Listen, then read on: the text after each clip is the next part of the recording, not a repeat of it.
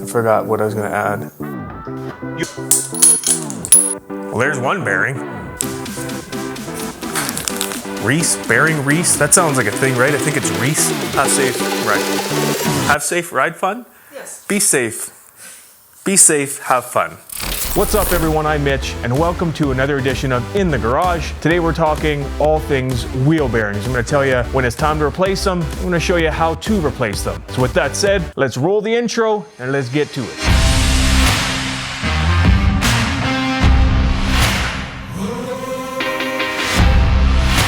So as far as the tools go, what you're going to need is you're going to need a punch and a hammer of some kind to punch those wheel bearings out of the hubs themselves. You're gonna need a socket, a crescent wrench, a wrench of some kind to actually pull your axle nut off so you can slide the axle out. And you're going to need a wrench or a socket of some kind. On a Yamaha, it's gonna be a 10mm to loosen off your axle clamp bolts so that'll allow you to slide that axle out. Now you might need some grease for the bearings, that kind of thing. But this is really all you need to get the job done. It's really pretty straightforward.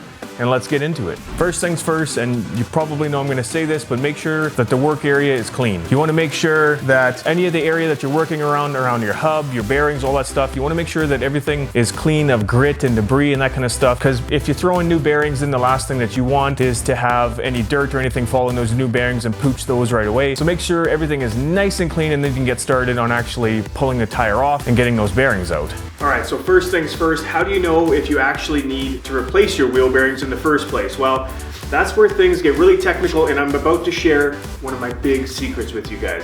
Now, I'm sure this is what the factory mechanics do too. They grab the wheel and they shake it.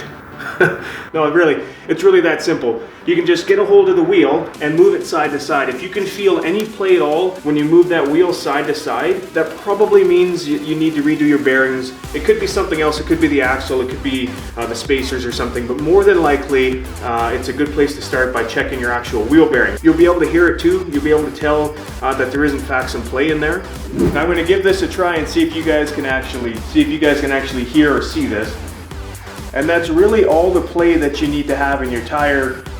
It's just that little bit. So everything's cleaned up. We've determined that we actually do need to do our wheel bearings.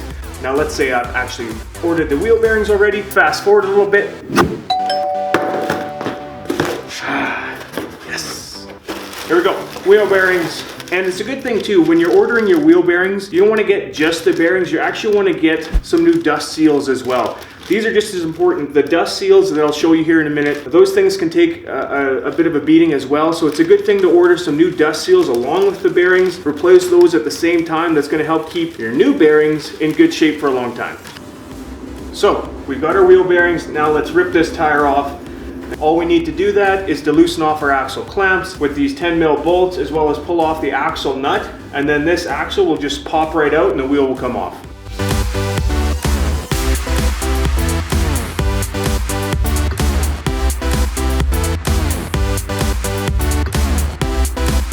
And there we go.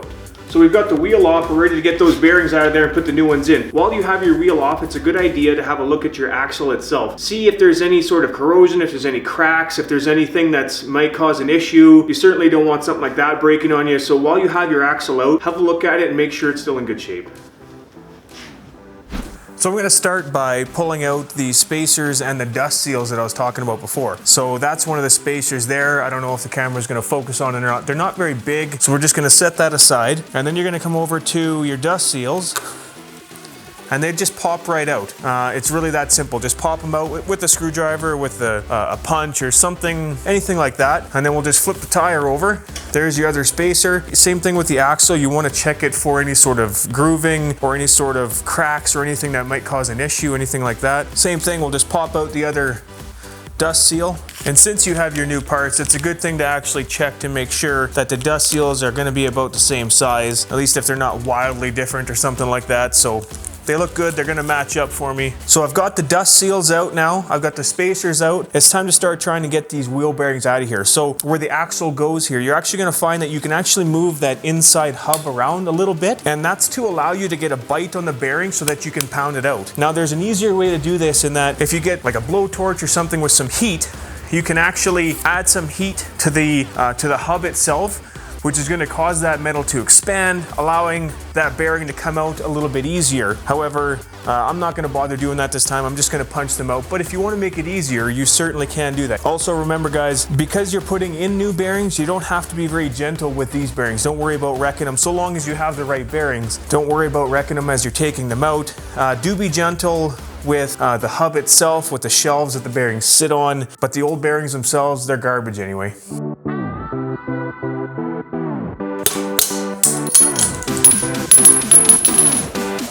Well, there's one bearing. And you just want to kind of work it around and kind of work that bearing out. Obviously, if the bearing's sitting in there and you're hitting it on an angle, it's going to kind of get jammed up in there. So just keep working it around and eventually that bearing will come out. So once you've got both bearings out, next thing you want to do is you want to clean up the inside of the hub, kind of the inside where the bearings actually sit. So some brake cleaner and just give it a wipe, or even just with a clean rag or something like that. Just give it a wipe, make sure all the old stuff is out of there. There's no dirt, there's no nothing in there like that. So just take a minute, give that baby a wipe, flip her over, do the other side. So now we're going to start putting the new bearings into it. So now these ones you do want to be a little bit careful with. You don't want to damage these. What is this, some kind of child-proof packing? So you've got your new bearings. These do come as like a sealed bearing, right? However, you do want to put just a little bit of grease on them. It's going to help them slide into to the channels where they're going to sit there. So just a super thin coating of grease. They're already sealed and packed. So putting grease like on the outside. Let me see if I can get this thing to zoom properly here. Putting grease on the outside of that is not going to help you whatsoever. I don't think the camera is going to focus. So just give it a real thin coating, both inside and outside, and on the inner ring, real thin. And if you're wondering what kind of grease I'm using, it's just some grease I've had for years. It's Bel-Ray motorcycle waterproof grease. I've had it for years and I've hardly used any of it. So it's a good idea to pick some of that up. So we've got the bearing a little bit greased up. Now it's gonna wanna try and sit pretty flush with the actual reese that it's gonna sit in. Bearing reese, that sounds like a thing, right? I think it's reese. I don't know, the ledge that the bearing sits on, let's call it that. You can actually see that it's gonna sit pretty flush with this. So how are you gonna get this bearing in here without kind of beating the crap out of it? I have an idea. So a great idea, and I don't remember where the heck I got this from, but a great idea to evenly push these new bearings into that little ledge where they're supposed to be seated is just to use a socket. Just use a socket that's actually gonna kind of sit flush on the outer ring. You don't want to push on the inner ring of the bearing. That's gonna sit flush on the outer ring of the bearing. And so once you have the bearing itself pushed in just that right amount, and again I've used this socket that'll kind of fit in there pretty nice. You're gonna flip it over and do the other side, but it's important that you don't forget to put your spacer back in on the other side. All right, so we've got the bearing on the one side, right? We flipped it over, we put our spacer back in, which is really important. Don't forget to put that back in. And we've got our bearing on the other side. Now, if you remember from when you first started looking at taking the bearings out, there wasn't a lot of play in the spacer in the middle. So you want to check that. And if it sounds loose, that means that there's a little too much play in there, which means you need to push your bearings in just a little more to close that spacer in. Otherwise, the bearings aren't set in there just right. And there you go. Once you've pushed the bearings in to the point where they're flush and sitting where they should be, that little inside collar, that little inside hub piece, that should actually be fairly stiff in there to move, just like it was before you took the bearings out. So that's it. The new bearings are in. It's time to put the dust seals on. Now, a big part with the dust seals is that when they come from the factory, they're not really, and I'll see if the camera will focus here.